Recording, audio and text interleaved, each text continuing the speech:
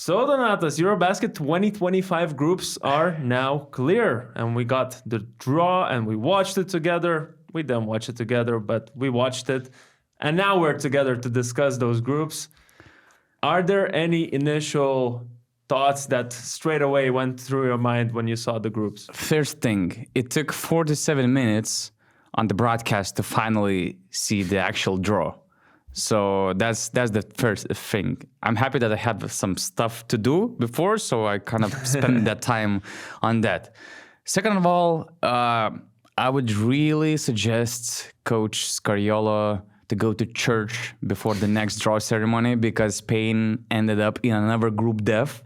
So that's basically the story of Spanish national team. Just like Greece, we just had those teams in the Olympics in another group of death, and now they're here. So as a Lithuanian, I'm kind of a little bit disappointed because I want it to be more nasty. Mm-hmm. Germany is sexy to have in a group, but others, I might be, wrong with my words in September when suddenly there will be some upsets or whatever.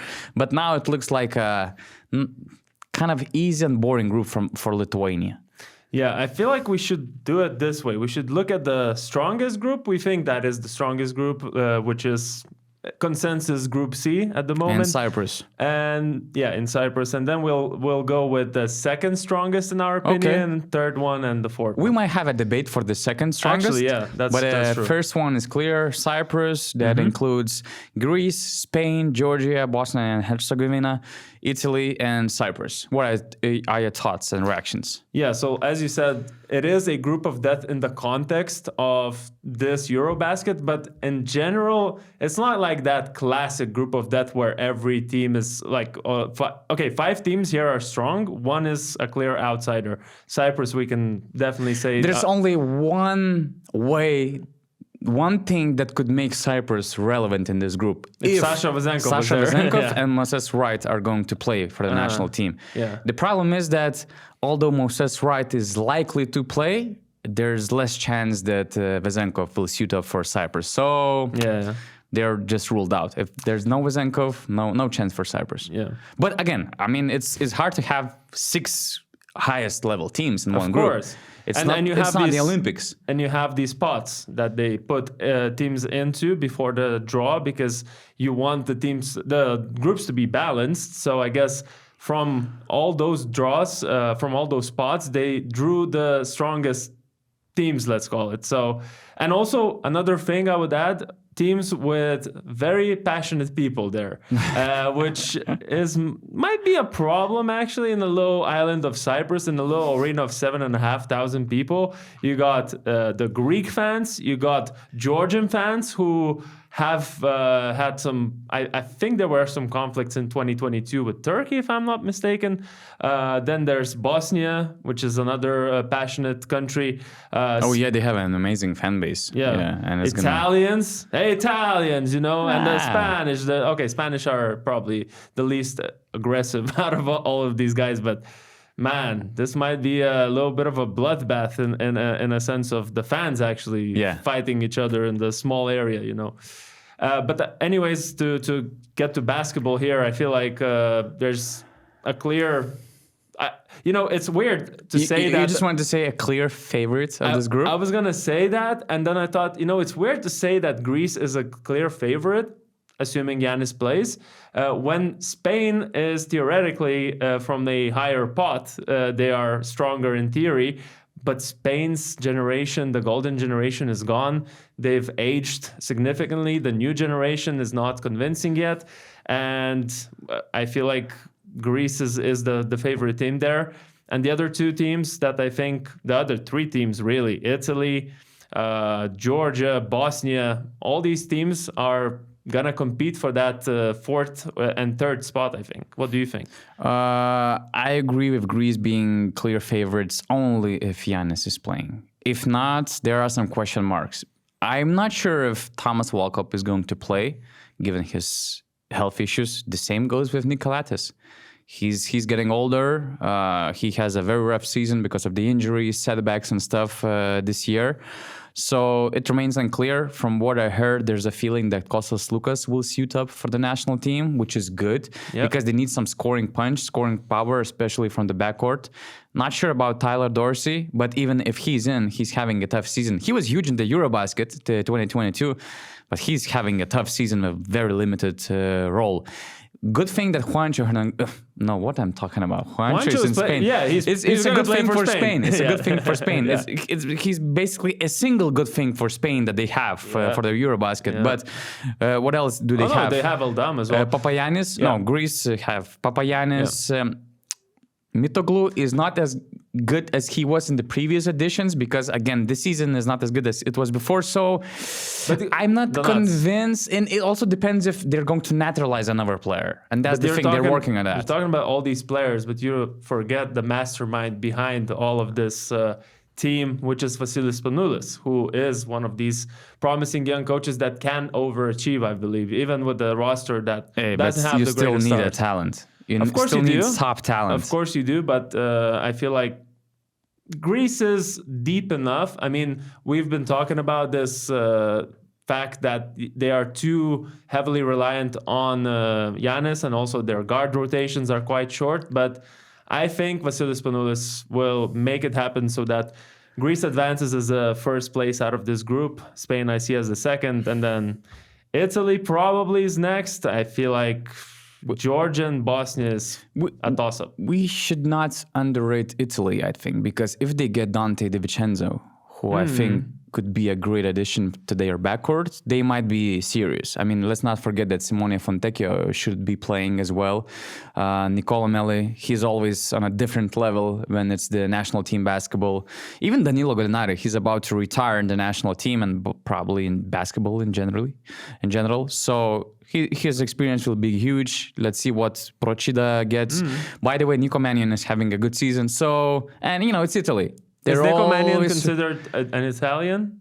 I think so. If they get Dante DiVincenzo? I think so. Yeah, okay. Yeah. So, I mean, and let's not forget all the other guys, and they're always dangerous. So they might be a team that you shouldn't overlook. Spain, they're having the same issues they have in the previous competitions.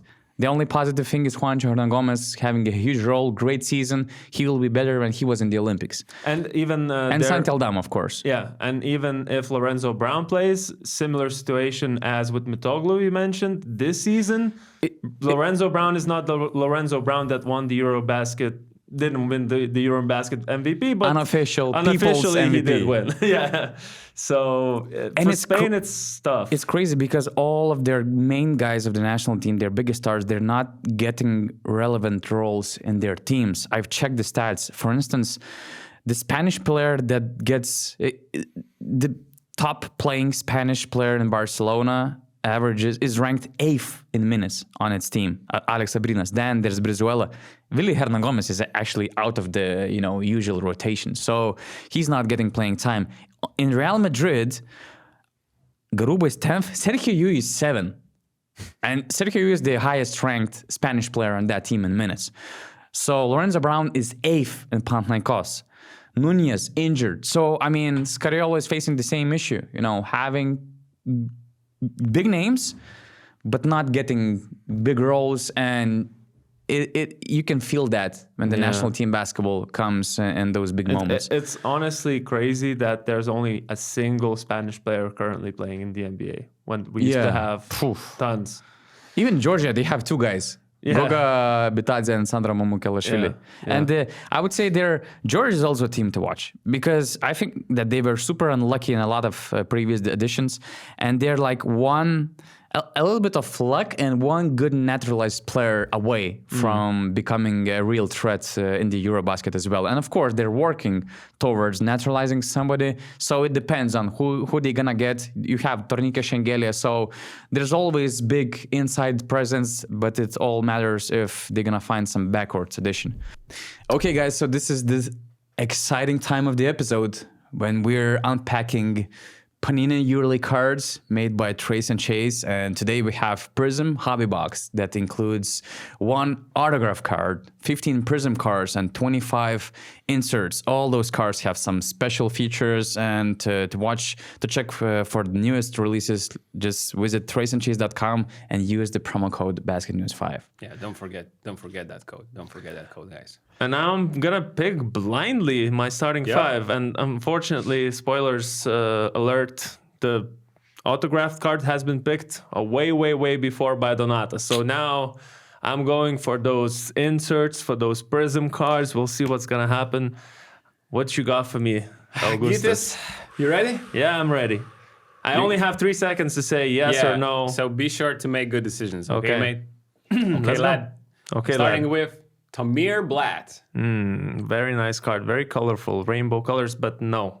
Okay, that's a no.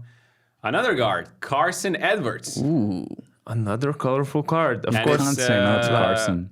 From Bayern Munich, so he's like averaging 20. He's cooking. Well, this is 3 last... seconds have passed, man. Yes, so that's yes, that's yes, no. yes, I 3 didn't say- seconds. I No. didn't say any- No, I 3 didn't seconds say- have passed. You said it yourself. Oh my That's God. a no. He's Harsh. Lorenzo Brown From no, Maccabi. from Maccabi. no. Wow. Okay. Chris Jones, Valencia. Simple card, no. Last card from this 5, Scotty Wilbekin. Let's go. What does it say on it? It's too far says dominance. Scotty dominance. I'm taking Wilbekin. Okay. dominance. You have Scotty Wilbekin in your starting lineup. There you go. Congratulations. Dinos Mitoglu. We can go for something more flashy in terms of the card rarity, let's say. Alpha Diallo. I know Donatus is saying yes. Are you? Of course, yes. It looks kind of cool, but no. We'll Wow, go you're for a rare cards, picky man. guy, Rare man. cards. Krzysztof Lavrinovic. There we go. I waited for this moment. Let's go, Krzysztof Lavrinovic.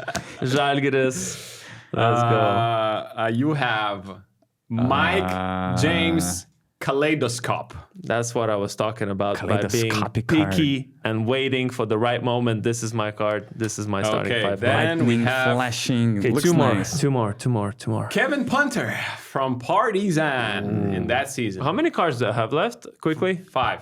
Okay, no then. Wow. Because No. You have 3 in your hand already. Yeah. Luis Scola Prism card.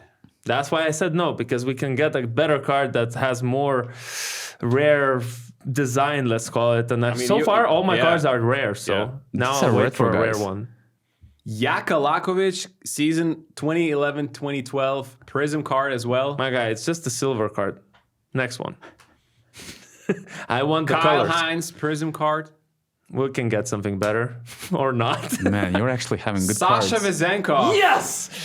Yes, man. I Sasha said Vezenkov. I have to be patient, and that's why I was patient. Let's go. All rare cards. Let's go, guys. Mate, What's the next one? you have one my card gosh. left. And I left it for the last part. Oh my Oh, gosh. you This tricked would me. have been a perfect starting 5. How if do you I have say no waited. to Sasha Vezenkov, though? No, you shouldn't have not said You yes should to have Scotty been Wilbekin. a little bit more patient. What's that? Vasilis Spanoulis, Olympiakos. It's not flashy, though. That's dope. Come on now, like He Spanoulis. said no to Spanoulis. Okay, but- Wilbekin. But I have more rare cards than... I bet there's a rare Spanoulis card as well. This one is That just you a won't simple find one. it. I think I did the Anyway, right choices, but hey, guys, tell me in the for sure. comments, did I fuck up or not? And use code BasketNews5 when you're buying cards at traceandchase.com. What's the second hardest group in your opinion? I'm between Group A and Group D, of course. If Nikola Jokic is there, I mean, it's obvious it's Group A. But even without To Jokic, me, it's not obvious. To me, it's not obvious for the reasons being that in Group A, you got 3 really strong teams, and in Group D, I think you have 4. This is a bit subjective, of course, but it's the only reason I say that is because of Czechia. You would consider in Group A, you would consider Czechia as the top 4 team. In that context, you would probably say Estonia and Portugal are the underdogs. But for Czechia, we can consider a good team, but we can't forget that Tomáš Satoranský and Jan Veselý, their star duo, has aged quite significantly since they last played for this team in True. the last EuroBasket, for example. So I feel like that plus the reason of Group D having France, Slovenia, Poland with Jeremy Sohan, and those other role players that managed to kick Mateusz Ponitka. Yeah. And who knows who they're going to have naturalized. There's a high chance it's Jordan Lloyd. Yeah. So that's a difference maker. And that Poland, without even Jeremy Sohan, managed to kick Lucas Slovenia out. It was and upset of the decade. You cannot base on that tournament and that experience. Well, They're Swarovski dangerous, was of course, playing like crazy, man. but And Israel with Avdia currently playing on a super high level in the NBA. Plus, they got those role players in the EuroLeague, like Tamir Blat, for example. So I think that's why I would rank Group D as the second hardest group, and I would like to discuss it if you allow. I mean, Serbia is amazing if they have Nikola Jokic. Even if they don't have Nikola Jokic, they're second best team in the world currently. I'm not talking about teams being good. I'm talking about groups being hard. I just cannot ignore those powerhouses of Group A because I consider Turkey as a serious threat for the competition. For sure. Because they should have all their best players available. Ergin Ataman has the plan. And he will have Alperen Şengün, Shane Larkin, Cedi Osman, who's having a better season at the moment. Tarik Biberovic, they're working to have him on the team because there's this naturalization thing with him and Shane Larkin. Your favorite player, Osmani from Efes, Yurtseven coming off the bench. Has Korkmaz finished his career already, or what's happening? He went somewhere. I just don't remember where, but I'm not even... Okay, he should be on the team, but I'm not counting on him. Man. 8 points per game. Yeah. Something happened. And Başakşehir, I mean... Something happened it's okay. with the guy. It's okay. Anyways, they might be really good. Yep. So I like them. Latvia as a host you cannot is a threat. ever write off. If they'll have Porzingis, I mean... Porzingis, Bertens, Žagars, Schmitz, Luka Banki, the chemistry that they have, playing at home. Yeah. It's not necessarily a big advantage because we saw what happened in the Olympic qualifying tournament, but they are a threat. So I'm not disrespecting Group D. Of course, France is France. It depends on... So you're saying Group A is stronger than Group D, right? Because of those three teams. If I three compare teams, but three best teams, okay, let's compare who's three best teams in Group D? Slovenia, France, and either Poland or Israel, and that's what makes this group stronger because you cannot say which team is better, Poland or Israel. That's the whole argument I had because I feel like there's four teams that are going to be competing. Is Poland better than Latvia? No, but Poland is okay. But there's Poland and Israel in Group A. Czech Republic or Czechia, like it's already the train has gone. Okay, so it's more like a balanced group. For me, in terms that's of how strength, right? Okay, so if you look at Group C and we say this is a group of death, why do we say that? Because there's five teams competing. I see your point. Yeah. So that's how I'm thinking. I had about a different criteria for the second best group. Let's say. But anyways, let's agree that they're really good groups. For sure. Really and for me, with group in regards to Group D, I feel like the main, let's say, narrative or the main attraction of it would be if both Luka plays and Wemby gets healthy after his clotting issues and comes back and plays in the EuroBasket. Wemby versus Luka, incredible storyline. Also, Luka versus Poland, revenge game against Mateusz Ponitka. Still going to be a little, not the Mavs level of a revenge game, but still a little bit of a story there too. So I feel like this group is going to be very interesting. My problem with Slovenia is that I'm not sure who stepped up in Slovenia regarding the other guys. They have Josh Nebo, but he also missed a huge part of the season because of the injury. Who knows in what kind of shape and what kind of condition to play or not for the national team he will be. So that's my point with Slovenia. The more and more... I was their, fan club bus driver. Yeah, you were. But then after some years, I was a little bit pissed the way they played and behaved. Isn't it crazy how Slovenia is actually becoming more and more reliant on Luka when it used to be that there used to be Goran Dragic on that team. There used to be Prepelic, who was a great EuroLeague shooter, but not a great player. There used to be more pieces around him. Chanchar hasn't improved a bit. Yeah. Anthony Randolph was there. Like there was a much more strong base around him, and now it seems like they're getting more shallow and shallow in terms of their roster, which is kind of crazy. last group that we haven't discussed is the Lithuanian one. Like you said, Germany is probably got the best cards drawn that they could have, because you look at the teams that they're going to play. Finland, one-man team, Markkanen if he plays. One-man team, but they can be. But they have a chemistry. They have their own play style. Playing at home. Yeah. They might be good. Yeah. Lithuania, team that couldn't beat Puerto Rico last. Team that had a major shakeup in terms of the coaching department. A team that's currently being shook by some internal troubles with the assistant I coach. thought about trying to translate what's actually happening right now in Lithuania between Jonas Valančiūnas and one of the assistant coaches in Lithuania, but we should do a separate story about that. It's a long story. But anyways, from the pot 2, from the strongest pot 2 teams, Lithuania doesn't look on paper like a strong team anymore. And then you got Great Britain playing basketball, not football, Sweden and Montenegro. Wow. I mean, this is a dream scenario for Germany. Montenegro, by the way, is a solid team. Oh, yeah. They have Vucevic? Nikola Vucevic. And Dubljevic. Dubljevic, Marko Simonovic. Yeah. They had Kendrick Perry, who's amazing, but he retired from the national team, so they're looking for a new naturalized player. So, right, naturalized players. Watch. I have all the top scorers in the EuroLeague. Let's see who is still not naturalized. Kendrick Nunn, the top scorer. He said, "Thank you, no, he won't join Greece." Carson Edwards.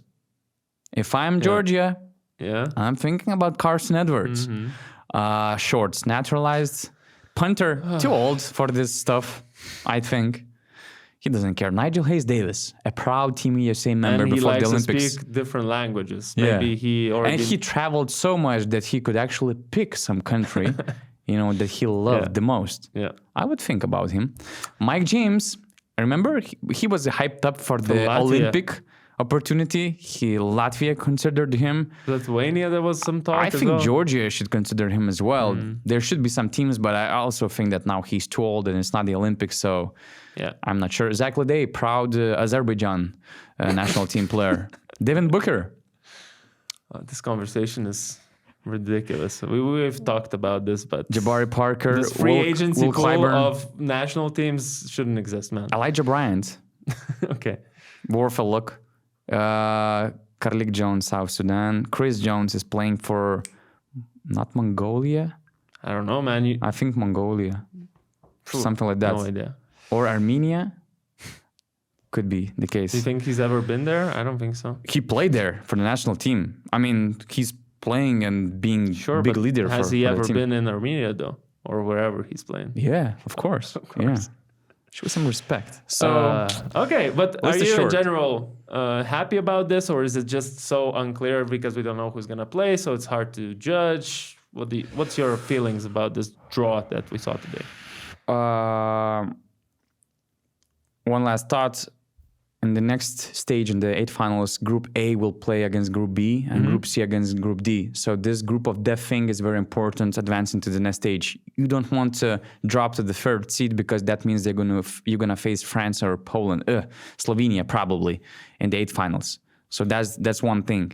The second thing is, for me, it's still hard to be hyped up about the competition because we are not sure if those guys who are on our posters actually are going to play. Yeah. And if they're not playing, you're ruling out Slovenia instantly.